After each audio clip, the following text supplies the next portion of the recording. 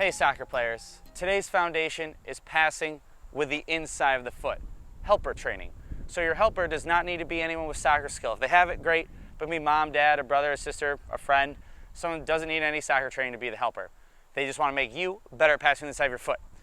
All the time I hear kids say, oh, I have to do rondos and I need all these players to work on passing. Nope, we're just a helper. 4 cones, 1 soccer ball. You can really improve passing with the inside of your foot. First, let's go over the technique. If I'm passing my right foot, my left foot, my plant foot, the toe is pointing right where I want to pass. Then I swing through, and I'm going to follow through at my target. And while I'm doing that, my heel is down, my toe is up. Why? Because if your toe's not up, you can wedge under the ball and pop in the air. So with this, you step, plant foot points, you swing and follow through with your heel down and toe up.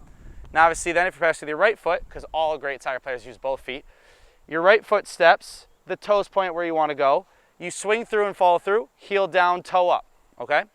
So what we're going to do over here, Coach Pinty is in a gait that's about, 2 steps. You don't need the cone gait. What I like is it really shows you if your pass is on point or not, because you either get it through the gate or you don't. Coach Pinty could easily use his feet here, and if you have a soccer player, they can use their feet for this part as well. But since this is helper training, the helper doesn't need any soccer skills. Coach Pinty is going to show you how with no soccer skill at all, you can sort of roll the ball and handle it. So what I'm going to do, I have 2 cones here. They're 1 small step apart. I'm going to play inside the left foot pass here, a quick back pedal, come forward, inside the right foot pass here. To make it more game-like, there's a little bit of movement. So all Coach Pinty is going to do is sort of toss the ball and roll it. We don't want it bouncing in the air, really. And I'm going to shuffle around, and I should be with some speed. We're going to do this for about 2 minutes. So I'll serve on the left. So I come up, he sort of tosses the ball. I play it, I back around. I play it, I come around, so it's a back pedal. I step into it. All right, my toe is pointing at him. My shoulders are over the ball, because if you lean back, you can go up. My shoulders are over the ball. I follow through, heel down, toe up. So let's do it 1 or 2 more times. I come around, right, play it, play it. And I'm getting it through the gate every time. My toes point it. I have a good center of gravity. I'm following through at him.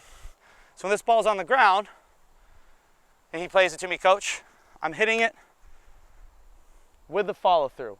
I see kids all the time, they punch it.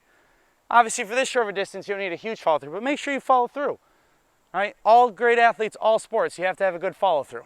Now, we do that for about 2 minutes. Then we're going to turn it up a notch. So instead of 1 small step,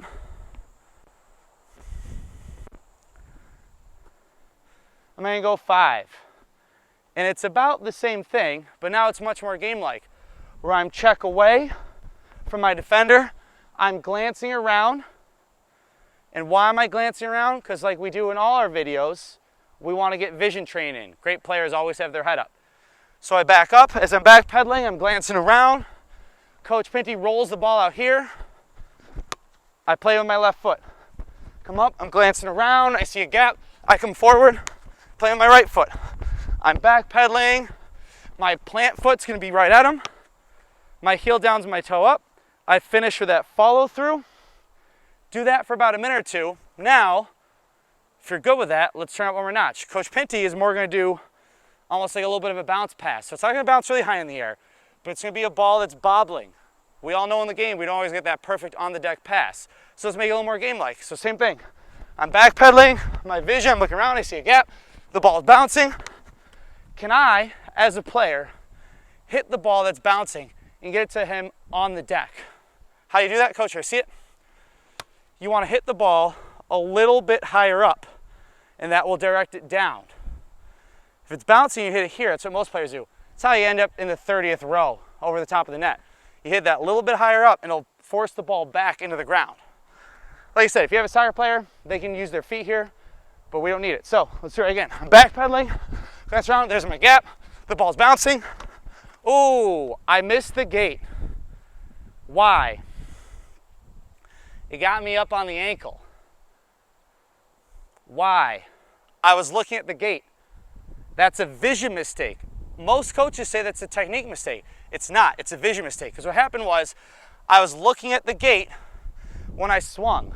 Instead, I should have looked at the gate, then eye on the ball to make sure I make good contact. You look before you play the ball.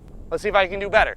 I backpedal, glance around, I see the gate, now I'm looking at the ball, back on track. I'm backpedaling, I'm glancing around vision, I'm attacking, I look at the gate, look at the ball, back on track. Shoulders are over, good center of gravity. Swing it through, make sure you have the follow through. Make it a game-like here. If you have a helper, they can toss it, they can bounce it, you can make it harder as you go. The big thing is you're getting better at inside the foot passing, and you're doing a couple different things with it, with vision training, quickness, acceleration, all that stuff, making it game-like. You do this drill, you're gonna have fun, and you're gonna get better.